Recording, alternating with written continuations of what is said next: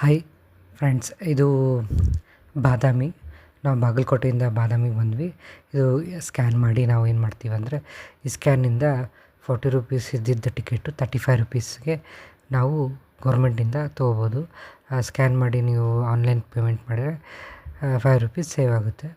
ಇದು ಬಾದಾಮಿಯಲ್ಲಿ 4 ಕೇವ್ಸ್ ಇದ್ದಾವೆ. ಫಸ್ಟ್ನೇ ಕೇವ್ಸ್ ಬಂದುಬಿಟ್ಟು ಶಿವ, ವೈಷ್ಣವ, ಬುದ್ಧಿಸಮ್. ಈಗ ಎರಡನೇ ಕೇವು. ಹೀಗೆ ಬಾದಾಮಿ ಔಟ್ಲುಕ್ ಹಿಂಗೆ ಕಾಣುತ್ತದೆ. ನೆಕ್ಸ್ಟ್ ಇದು ಕೇವ್ 2.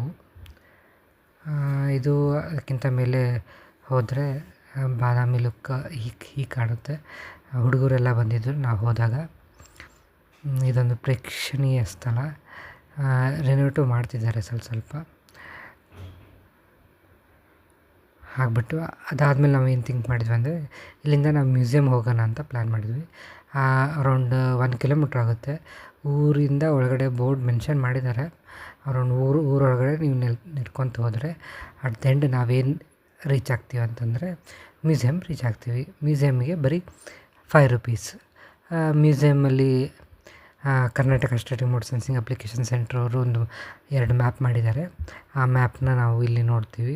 ಇದು ಹಳೆ ಕಾಲದ ಮಾನ್ಯುಮೆಂಟ್ಸ್ ಏನೇನಿದ್ದಾವಲ್ಲ ಅವೆಲ್ಲ ನಾವು ಇಲ್ಲಿ ನೋಡ್ತೀವಿ. ಪ್ರಿಸರ್ವ್ ಮಾಡಿದ್ದಾರೆ. ಹಳೆ ಮಾನ್ಯುಮೆಂಟ್ಸ್ನ ಎಲ್ಲ ಈ ಮ್ಯೂಸಿಯಮಲ್ಲಿ ನೀಟಾಗಿ ಪ್ರಿಸರ್ವ್ ಮಾಡಿದ್ದಾರೆ. ಇದು ಒಂದು ಹಳೆ ಶಾಸನ. ಈ ಹಳೆ ಶಾಸನದಲ್ಲಿ ಈಗ ವಿಷ್ಣು ಅವರ ಫ್ಯಾಮ್ಲಿ ಏನೇನಿದೆಯಲ್ಲ ಅದನ್ನು ಸ್ಕಲ್ಪ್ಚರ್ ಆಗಿ ಮಾರ್ಕ್ ಮಾಡಿದ್ದಾರೆ.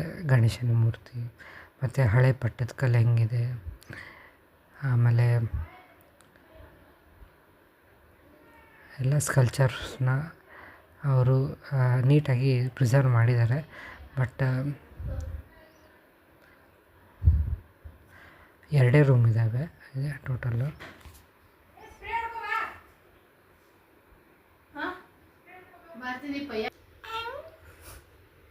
ನಾವು ಮ್ಯೂಸಿಯಮಲ್ಲಿ ಹಳೆ ಕಾಲದ ಪೇಂಟಿಂಗ್ಸ್ ಎಲ್ಲ ನೋಡಿದ್ವಿ. ಇದು ಪೇಂಟಿಂಗ್ಸು ಬಾದಾಮಿ.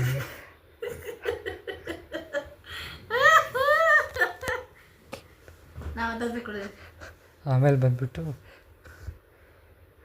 ಹಳೆ ಕಾಲದೇನು ಪೇಪರ್ ಕಟ್ಟಿಂಗ್ಸ್ ಇದ್ದಾವಲ್ಲ ಅವೆಲ್ಲ ನಾವು ನೋಡಿದ್ವಿ ಮ್ಯೂಸಿಯಮಲ್ಲಿ. ಇದೊಂದು ಹಳೆ ಕಾಲದೊಂದು ಸ್ಕಲ್ಪ್ಚರು.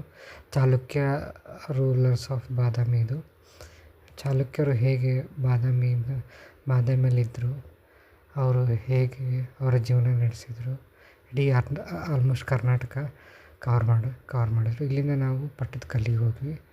ಪಟ್ಟದಕಲ್ಲಿರೋ ಮಾನ್ಯುಮೆಂಟ್ಸ್ನ ಕ್ಯಾಪ್ಚರ್ ಮಾಡಿಕೊಂಡು ಅಲ್ಲಿಂದ ನಾವು ಬಾಗಲಕೋಟೆಗೆ ಬಂದ್ವಿ.